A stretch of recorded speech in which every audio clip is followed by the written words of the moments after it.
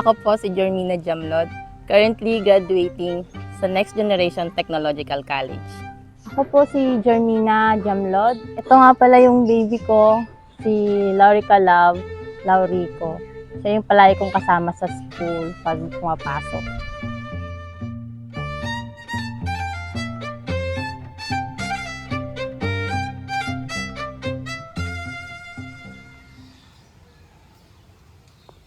Mainam nga ho yung naanuhan niyang eskwelahan kasi punayagan siya mag-aral siya kahit may dala siyang baby. Yung ibang kasing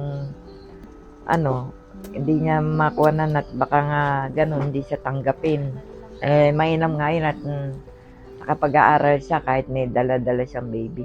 Siyempre po, blessed ako na sa next din ako ngayon kasi po, dami ko pong nagagawa dito sa bahay dahil nag-online po, may mga platform po kami, pwede namin sagutan kahit na anong oras. Yun, yung ating Flexi Learning platform, dahil nabuo nga natin siya from wala pang pandemic, na-master na talaga natin yung online, so yung homeschooling. Sobrang makakatulong siya sa mga working student o kaya kagaya ni Jermina na may baby na. Okay, so ang ginagawa kasi natin sa platform, halos maximum of 3 days and minimum of 1 day face-to-face class lang. So yung minimum of 1 day na yon, yung major class lang nila yung pinupunta dito. So yung the rest ng 4 days na dapat ay ipinapasok nila sa school, pwedeng sa bahay na lang o kaya pwedeng makatulong siya sa pamilya niya or kung nagtatrabaho pa nga or may business, ganyan, or mag-aalaga ng baby niya. Dito po sa bahay, marami po kasing gawain dito. Gawa po ng lahat nga po ng kasama ko ay PWD. So, obligado po. Dahil ako lang yung nakakakita.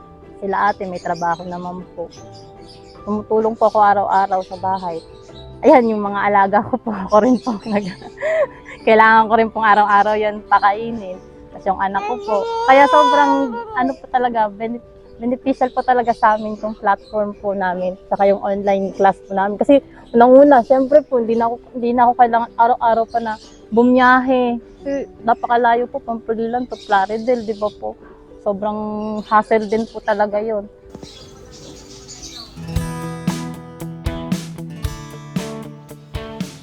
Si Next Gen yung mag-a-adjust. Sabi ko nga po, kahit na may kapansanan ka, kahit na buntis ka, kahit na nagtatrabaho ka, walang problema kay Next Gen. Last time nga po, nung intrams, kasama ko pa to. Tapos nagpo-photoshoot kami, kasama ko rin po si Love Love.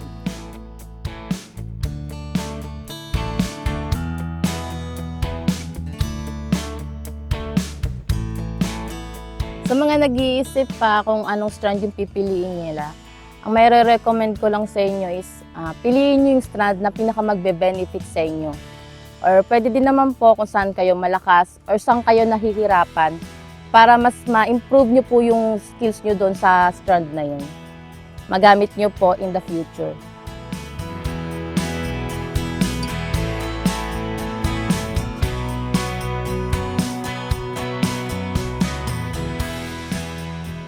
Unang-unang gusto kong pasalamatan ang Diyos kasi binigay niya yung sagot sa mga tanong ko, sagot sa mga pinagdadasal ko katulad ni Next Gen. Magkaroon ako ng school na hindi ako ma-discriminate. Pangalawa, yung pamilya ko na laging nagsusuporta sa akin. At yung mga teachers ko na palaging nag-a-adjust sa sitwasyon ko. Kahit na sobrang minsan nakakaubos ng pasensya pero go lang sila. At saka sa mga kaklase ko na sobrang supportive din.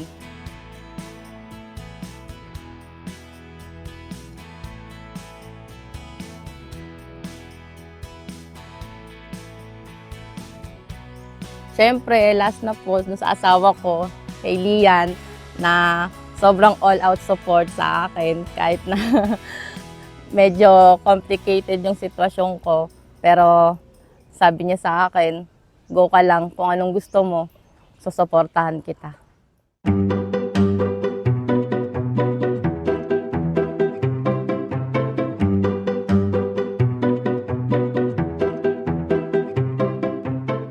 Sobrang nagpapasalamat ako kay Next Gen, lalong-lalo na kay Sir Albert tsaka sa mga staff.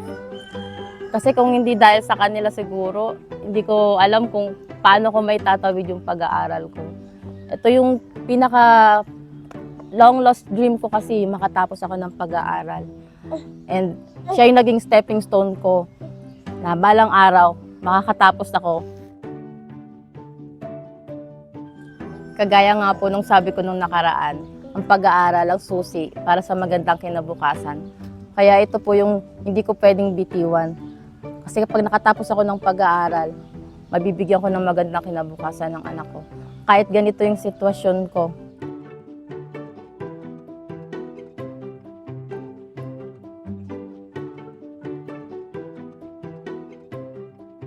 Sabi nga nila, 'di ba? Life is not a race. Hindi importante kung sinong nauuna. Ang importante, marating mo yung goal mo at makamit mo yung mga pangarap mo.